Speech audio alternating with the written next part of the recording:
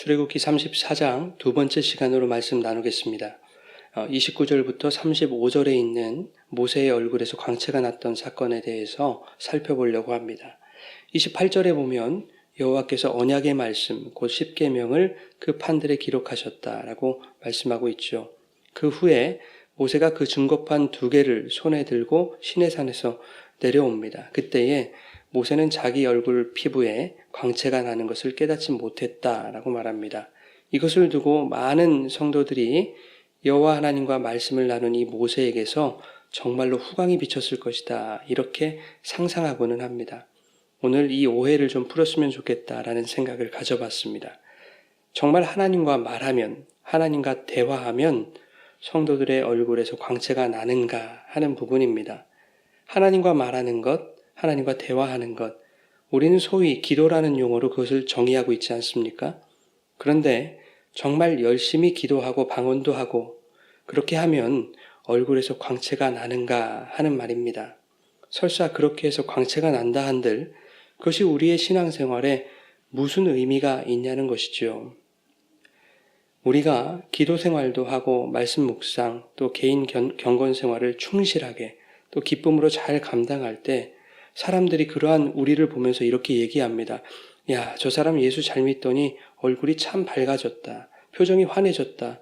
종종 그렇게들 이야기합니다. 그러나 모세처럼 얼굴에서 광채가 나지는 않죠. 그러면 오늘 본문 당시에 과연 모세의 얼굴에서 정말로 광채가 났는가 하는 부분에도 의문이 들 수밖에 없는 겁니다. 만약 모세의 얼굴에 광채가 났던 것이 사실이라고 한다면 그것이 우리 성도들의 신앙에 어떠한 의미가 있겠냐는 것입니다. 단순히 기도 열심히 하면 표정이 밝아져, 얼굴이 환해져, 그런 당신을 바라보는 사람들에게서 신실한 사람이라고 당신 인정받게 돼. 여러분, 이런 것 따위가 우리 신앙에 무슨 의미가 있겠냐는 것입니다. 여러분, 오늘 본문 말씀에서 얼굴이라고 번역한 히브리어 파님은 하나님의 얼굴을 나타내는 단어입니다. 하나님의 얼굴을 뵙다, 하나님의 면전에 서다라고 할 때 주로 사용되는 단어입니다. 그러므로 얼굴 피부에 광채가 났다고 하는 것은 하나님의 얼굴 피부에 광채가 났다는 이야기죠. 그러면 이렇게 말씀하실 분들도 있을 것 같아요. 30절에도 모세의 얼굴 피부에 광채가 났다라고 말하고 또 33절과 35절에도 모세가 수건으로 자기 얼굴 가렸다라고 말하지 않느냐.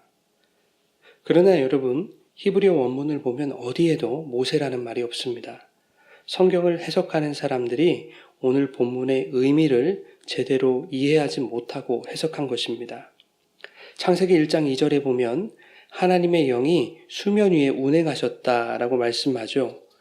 이 말씀에서 수면의 이 면이 하나님의 얼굴 파님이라는 단어입니다. 운행하셨다라는 동사 라하프는 닭이 알을 품고 있는 그런 뜻이었죠. 즉 하나님의 영이 하나님의 얼굴이고 그 얼굴인 영이 세상을 품고 계시는 것입니다. 하나님은 보이지 않는 영인데 무슨 보이는 얼굴이 있으시겠습니까? 그러니 얼굴 피부에 광채가 났다라고 이 피부라는 단어를 사용하시는 것입니다. 피부 혹은 가죽이라는 단어, 이 오르는 하나님의 보이지 않는 영을 얼굴로서 드러나게 하는 상징적인 장치죠. 보이지 않는 하나님의 영이 보이는 것으로 나타낸 상징, 그것이 바로 얼굴 피부, 즉 오르파님이 되는 것입니다. 그렇다면 보이지 않는 하나님의 영, 하나님의 그 실체를 보이는 것으로 나타내신 그것이 뭐냐는 얘기죠. 그것이 바로 십계명 돌판 율법인 것입니다. 지금 그 율법의 돌판에서 광채가 나고 있는 것이죠. 주의 말씀은 내 발의 등이요 내 길에 빛이 되시는 것입니다. 모세가 하나님과 대화하니 그에게 신통한 기운이 임해서 그에게 후광이 비쳤던 것이 아니라 하나님의 말씀 그 자체에 광채가 나타나고 있는 것입니다. 광채가 나다라고 하는 이 카란이라는 단어는 케렌이라고 하는 뿌리라는 단어에서 왔습니다. 광채가 났다는 것은 빛을 발하다라는 의미도 있지만 뿔을 드러내 보이다라는 뜻도 있습니다. 그래서 라틴어 역본에서는 모세에게 뿔이 났다라고 번역하기도 했습니다. 우리가 뿔이라는 단어가 무엇을 상징하는지 알게 되면 하나님의 얼굴, 즉 말씀의 광채가 났다는 것이 왜 이 뿔을 의미하는 것인지도 알게 되는 것이지요. 출애굽기 27장에서 하나님이 번제단 제작에 대해서 가르치실 때에 번제단의 네 모퉁이 위에 뿔을 만들라고 하시죠. 번제단의 의미는 쉽게 말하면 속죄입니다. 그 속죄의 장소에 뿔을 만들라고 하신 것 또한 속죄와 연관된 것임을 우리가 어렵지 않게 유추해 볼 수 있습니다. 레위기 16장 18절에서 19절 이렇게 말씀하고 있습니다. 그는 여호와 앞 제단으로 나와서 그것을 위하여 속죄할지니 곧 그 수송아지의 피와 염소의 피를 가져다 제단 귀퉁이 뿔들에 바르고 또 손가락으로 그 피를 그 위에 7번 뿌려 이스라엘 자손의 부정에서 제단을 성결하게 할 것이요. 또 열왕기상 1장 50절에도 보면 솔로몬을 두려워했던 그 아도니아가 제단 뿔을 잡는 장면이 나오죠. 이처럼 뿔은 속죄와 성결을 의미하는 것이고 또 그 뿔을 잡음으로 사는 것을 의미하는 것입니다. 사무엘하 22장 3절과 시편 18편 2절에 다윗이 이렇게 말합니다. 여호와는 나의 구원의 뿔이시라. 누가복음 1장 69절에도 우리를 위하여 구원의 뿔을 그 종 다윗의 집에 일으키셨다라고 말씀하죠.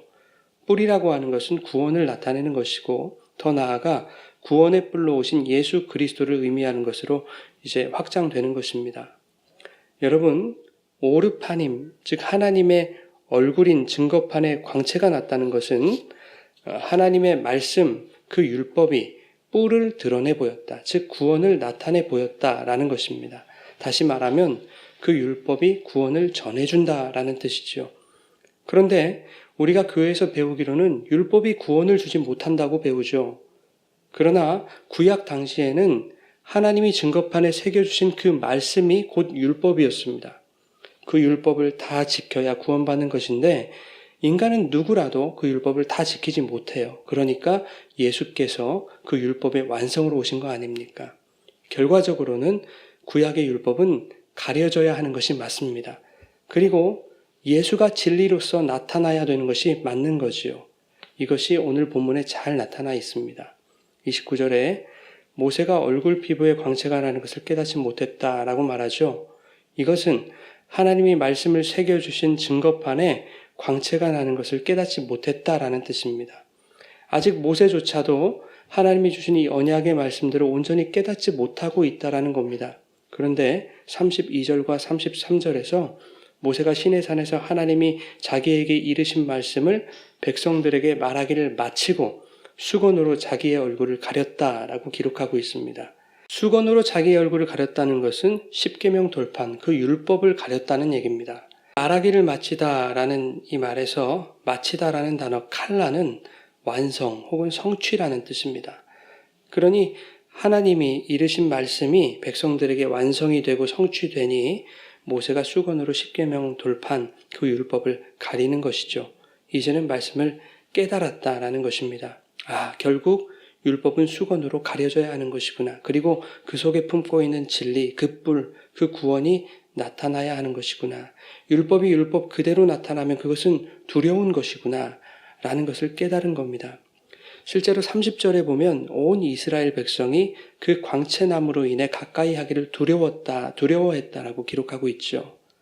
그러니 나타난 현상으로만 보면 율법은 언제나 두려운 것입니다. 그런데도 인간은 보여지는 현상에만 주목하지요. 그러니 더 두려워지는 겁니다. 그래서 35절에 이렇게 말씀하고 있는 거죠. 이스라엘 자손이 모세의 얼굴의 광채를 보므로 모세가 여호와께 말하러 들어가기까지 다시 수건으로 자기 얼굴을 가렸더라. 백성들이 그 율법의 껍데기, 나타나 있는 현상만 볼 것이기 때문에 하나님과 대면하러 들어갈 때는 백성들이 그 율법의 껍데기 보지 못하도록 모세가 그 십계명 돌판을 수건으로 덮어놓은 것입니다. 오늘 본문에 대해서 사도 바울은 고린도후서에 이렇게 기록합니다. 3장 13절에 우리는 모세가 이스라엘 자손들에게 장차 없어질 것의 결국을 주목하지 못하게 하려고 수건을 그 얼굴에 쓴 것 같이 아니하노라. 모세가 장차 없어질 구약의 그 율법을 주목하지 못하게 하려고 수건으로 증거판을 덮었다는 얘기입니다. 고린도후서 말씀에도 모세가 자신의 얼굴을 수건으로 가린 것을 이렇게 번역했지만 이것 또한 출애굽기 말씀을 잘 이해하지 못하고 번역했기 때문에 이런 일들이 발생된 것이죠. 3장 14절에도 이렇게 말씀합니다. 그러나 그들의 마음이 완고하여 오늘까지도 구약을 읽을 때에 그 수건이 벗겨지지 아니하고 있으니 그 수건은 그리스도 안에서 없어질 것이라. 구약의 율법을 읽을 때 그 율법이 광채로 나타내고 있었던 그 구원의 뿔을 깨달았다면 이미 수건을 벗었을 텐데 아직도 율법의 껍데기에만 주목하고 있다는 것입니다. 그 수건은 율법의 광채로 설명되었던 구원의 뿔이신 그 예수 그리스도 안에서라야 벗어질 수 있다라는 말씀이죠. 구약을 읽을 때에 그 수건이 벗겨지지 아니하였다라는 이 말씀에서 이 벗겨지다라는 단어가 헬라어 아나칼립토입니다.